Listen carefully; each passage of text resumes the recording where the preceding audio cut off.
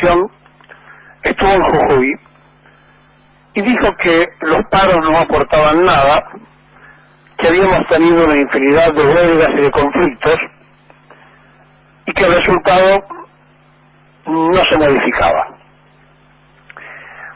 Y esto es relativamente cierto, porque las huelgas y los paros modifican lo que los políticos hacen mal, a tal punto que después de 13 paros, Alfonsín, y luego de una hiperinflación donde los precios cambiaban cada media hora, se fue 6 meses antes. Pero no porque Ubaldini le hizo 13 paros, sino porque ellos no controlaron desde el gobierno la economía. Ese fue el comienzo del nuevo tiempo de la democracia después de la dictadura. A partir de allí, todas las huelgas, paros y las distintas protestas de los trabajadores se enmarcaron siempre, sin excepción, siempre, repito, sin excepción, desde el mismo nacimiento de los anarquistas, socialistas y comunistas que vinieron de Europa y trajeron las primeras inquietudes gremiales a la Argentina, desde el punto de vista político, porque el ser humano es una persona política, porque todo lo que hacemos es político. Y la política partidaria, que es otra cosa, es la que se ejerce equivocando el concepto de la administración pública cuando desde el Estado se obliga a una determinada tendencia, como puede pasar en los regímenes totalitarios o como puede pasar en los que se disfrazan de democráticos, pero que usan todo el andamiaje del Estado para fijar una idea que no es de la totalidad de la sociedad, sino de un sector. Por lo tanto, la política está todo el tiempo sobre la mesa porque el ser humano es un hecho político. Y a tal punto esto es así, que podríamos decir que todos los monoteístas, todos los que tienen un solo Dios, deberían tener una sola religión, y no lo tienen. Han encontrado los hombres un montón de explicaciones políticas para tomar diferentes caminos para llegar al mismo Dios. Entendido esto, entendido que toda la actividad del ser humano es política, que desde el gobierno nacional acusen a los docentes de un paro político es no solamente estar desubicados, sino es ni siquiera haberse preocupado por estudiar sociología o informarse de la historia. Esta deformación que sufre el gobierno no es de este gobierno de Macri, es de la sucesión de gobiernos que no le han encontrado ninguna clase de solución, porque ellos son los que transitoriamente administran el poder del Estado, a las requisitorias de los que trabajan. Ayer, la Universidad Católica Argentina hizo un trabajo donde da cifras escalofriantes. Desde que asumió la presidencia Mauricio Macri, hay 600.000 indigentes más y 1.500.000 personas que pasaron a un estado de pobreza. Y piensen que en ese 1.500.000 personas hay que incluir casi con certeza a los jubilados, porque hay 3 millones de jubilados que cobran la mínima y que de acuerdo a lo que se establece como canasta básica para vivir, los jubilados que cobran la mínima están en la línea de pobreza. Así que vayan sumando ustedes el estado depresivo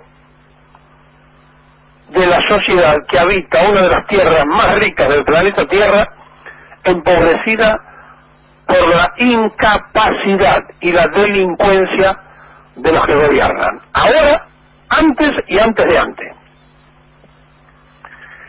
Pero además se obsesionan con mentirnos todo el tiempo y se obsesionan con disfrazar las cosas permanentemente.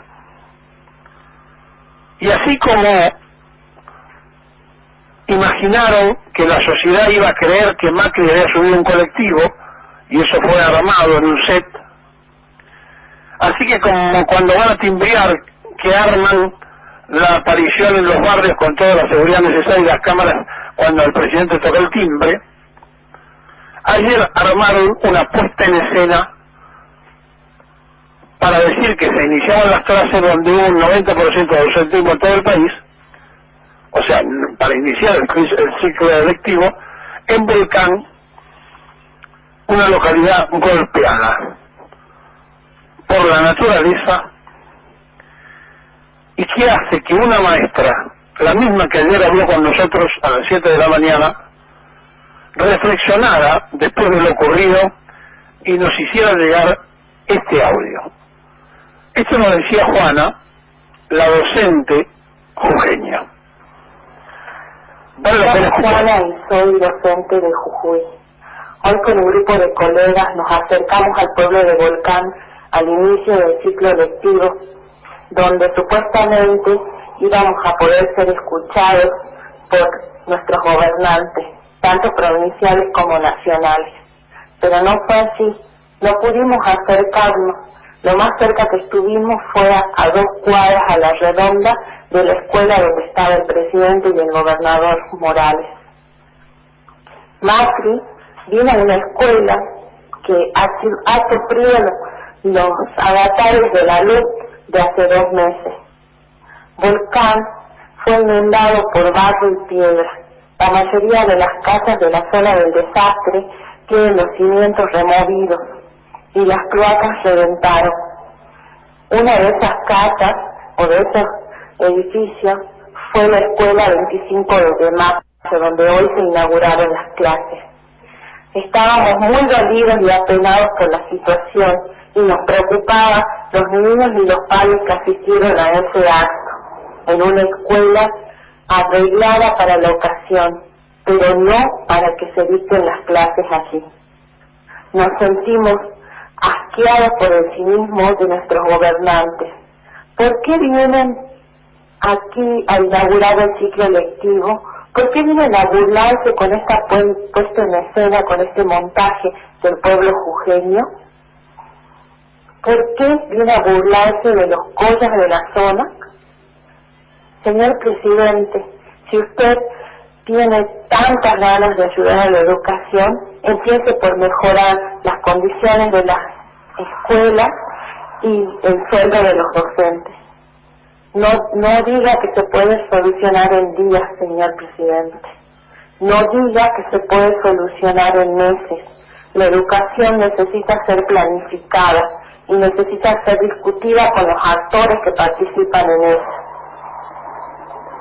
Queremos que esta medida de fuerza que estamos tomando en la provincia y que tiene un alto acatamiento sea contundente y que el gobernador Morales nos dé lo que nos corresponde y que el presidente Macri mande el fondo compensador. No queremos seguir siendo rehenes de este gobierno cínico y mentiroso. Esto decía la misma docente que ayer dialogaba con nosotros a las 7 de la mañana y que después nos mandó este audio cuando pretendieron llegar hacia donde estaban haciéndose la puesta en escena y donde 134 alumnos que van a esa escuela se pusieron lo mejor que tenían, con guardapolvos blancos, bien almidonados, con personas que se notaba que se habían puesto todo lo que tenían y se habían preparado porque allí estaba nada más ni nada menos que el presidente y el gobernador. Y en ese municipio que gobierna un intendente justicialista y donde lo destacó además Morales, que eran de otro palo político, fueron a hacer la puesta en escena. Después que las cámaras se apagaron, no hubo clases. Es decir, usaron a los chicos como extra, así como en otros casos se usaron a un micro, a un colectivo o a un timbreado. Me parece que cuando los que hoy gobiernan criticaban al relato K, nunca pudieron imaginar que ellos iban a ser parte del relato M. Y entonces, frente a la mentira constante y permanente, aparece la figura desgastada del dirigente sindical, donde en todos los periodos, sin excepción, se les pegó. En la época de Alfonsín la culpa era de Ubaldini, que no lo dejaba gobernar. En la época de Menem era de aquellos dirigentes sindicales que, movidos y llevados por vaya a saber qué intenciones, no entendían la reforma del Estado. Y el movimiento de trabajadores argentinos, con los camioneros y la UTA, hacían el aguante y salían a hacer la marcha por toda la Argentina, y ellos decían que era de izquierda. A partir de cada uno de los presidentes, la contra del movimiento sindical fue marcada. En el gobierno de Cristina se hizo una división del movimiento obrero que llevó a 5 centrales, nunca visto en la historia de los trabajadores: 2 CTA y 3 CGT. Es decir, se ha buscado desde tiempo inmemorial, yo diría, del 16 de septiembre de 1955 a la fecha, destruir el modelo sindical de la República, pero no han podido. Y no han podido porque donde ha fracasado la dirigencia política, la dirigencia sindical, donde la clerical ha tenido distintos caminos, una vez va por un lado y otra vez va para el otro, donde la sociedad vive confundida, lo poco que queda en pie es el movimiento obrero organizado. Y fíjense ustedes por qué. Porque el movimiento obrero tuvo que salir a resolver temas que eran del Estado. Durante el gobierno de Onganía, hubo un ministro de Trabajo que se llamaba Rubén San Sebastián, que se le prendió la lamparita y le dijo a Onganía: vamos a entregarle las obras sociales a los dirigentes sindicales y la plata, a ver si los congraciamos. En ese momento estaba el banderismo en pie y seguía el rum rum para salvar a Perón: hagamos peronismo sin Perón. Y entonces le entregaron las obras sociales a los gremios. Perón dijo en el 73, cuando regresó: yo les di la dignidad a los trabajadores, jamás les di el manejo de las obras sociales o del dinero. Bueno, a partir de allí, como el Estado abandonó la salud, como el Estado no hizo más los planes de turismo, como el Estado estuvo ausente del auxilio de las cosas más elementales, los trabajadores, a aquellos que Onganía se los quiso sabotear y comprar, tuvieron que ingeniársela para desarrollarse dentro de las obras sociales y del propio sindicalismo, para ver de qué manera podían ellos dar cobertura. Y hoy, ante el fracaso de la administración política, donde la salud está en un estado calamitoso en los hospitales públicos, y ayer hubo un paro de acatamiento de un 90% de los médicos en todo el país de los hospitales públicos, y donde la salud privada es cada día más cara y el gobierno autoriza permanentemente los aumentos, hay 5 millones de argentinos y su grupo familiar que pueden recurrir a la obra social sindical, porque si no, serían atacados por las enfermedades y no tendrían destino de cura.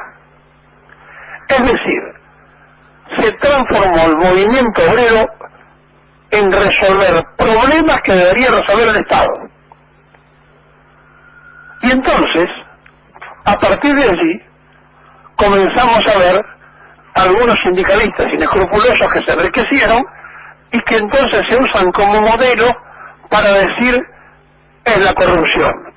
No, la corrupción de la dirigencia, que se ha alternado de todos los colores políticos, ha llevado a esa otra situación. Y cuando desde la prensa se dice que hay que cambiar la dirigencia sindical, Los que no entienden, porque no conocen, porque no leen, porque no se informan, o porque tienen mala fe, es que la ley de asociaciones profesionales indica que los que están sindicalizados, es decir, los que pagan y tributan y son afiliados a un gremio, son los únicos que tienen derecho a elegir y a ser elegidos. Es como un club deportivo, que son entidades sin fines de lucro. El hincha de un equipo de fútbol o de básquetbol o de vóley es una cosa, el socio del club es otra cosa. Por lo tanto, vivimos en una constante burbuja y en una permanente confusión. Y cada vez que hay un paro, cada vez que hay una huelga, los primeros que no la quieren hacer son los que están reclamando el trabajo. Es decir, los que van a hacer la movilización hoy se van a movilizar porque le están sacando la posibilidad de mantener a su grupo familiar y porque no tienen trabajo, porque han creado 1,5 millones de gente que ha ido a la línea de pobreza en 15 meses y porque además, no lo decimos nosotros, lo dice la Universidad Católica Argentina, hay 600.000 argentinos que pasaron a ser indigentes desde que gobierna Mauricio Macri. Por lo tanto, no es cuestión de poner en escena cualquiera de las ideas del ecuatoriano Durán Barba, no es cuestión de ponerse a hacer conferencias de prensa con un Marcos Peña que se cree sabedor en su propia ignorancia, no es cuestión de llamar al diálogo, que es de sordos porque se dialoga pero no se resuelven los temas, sino es cuestión que le digan a sus amigos, a los integrantes de la xenocracia, a los empresarios, que no le están dando bola y que sus amigos de toda la vida, a los que ellos le confiaron que no echen gente, han despedido gente. Y que mientras estas cosas la dicen algunos periodistas del grupo Clarín cerró un taller gráfico y dejó a 500 personas en la calle. Es decir, vivimos en una mentira que está en una calecita y da vuelta todo el tiempo. Por eso, cuando se macanea toda la vida, cuando se dice que la culpa siempre es del otro en esta trasnochada noche, donde transferimos responsabilidades y que parece ser casi una idea constante y permanente de los argentinos, uno se debe preguntar cómo se sale, cómo podemos nosotros resolver este tema cuando en realidad no lo queremos hacer porque no queremos analizar que vivimos echándole la culpa al otro y que la culpa no la tienen los que hoy se movilizan o los que puedan llegar a ser el día 30 un paro general. La culpa la tienen aquellos que no han resuelto los temas para que la gente se movilice y para que después piensen o imaginen que la protesta es un paro. La administración política ha fracasado en la Argentina y no le podemos echar culpa a los que se organizan y que tienen como obligación defender el salario y las condiciones del trabajo. Y lo que es más grave todavía, se ha creado una figura en todos estos años de Alfonsín a la fecha, que es el desocupado, que es el que no tiene trabajo, y que lo han soportado los movimientos sociales, y hoy también van a estar en la calle los movimientos sociales. ¿Por qué? Porque hay un segundo fracaso del Estado que no resolvió para nada ese otro tema que estamos hablando, y es el tema esencial de atender al necesitado. Por lo tanto, cada vez que uno tiene que instalarse para un análisis, tiene que pensar qué hemos hecho nosotros por el trabajador, qué hemos hecho por el que pide solamente tener derecho a trabajar y qué hemos hecho con la educación. Porque estos chicos que hoy ni estudian ni trabajan son consecuencias de la democracia, porque ya ha pasado la suficiente cantidad de años para darnos cuenta que hemos destrozado la ilusión de la sociedad por incapacidad de la administración política de la Argentina, y que todo lo otro son consecuencias de los fracasos de los políticos, pero que también nosotros como sociedad somos cómplices porque aceptamos cualquier situación, hasta que sean delincuentes y ladrones, porque decimos que tenemos coincidencias ideológicas con los que están gobernando. Estamos mal y no queremos cambiar, y no nos damos cuenta que vamos a estar peor. A esta hora, muchos obreros se levantan y otros ya se levantaron, están viajando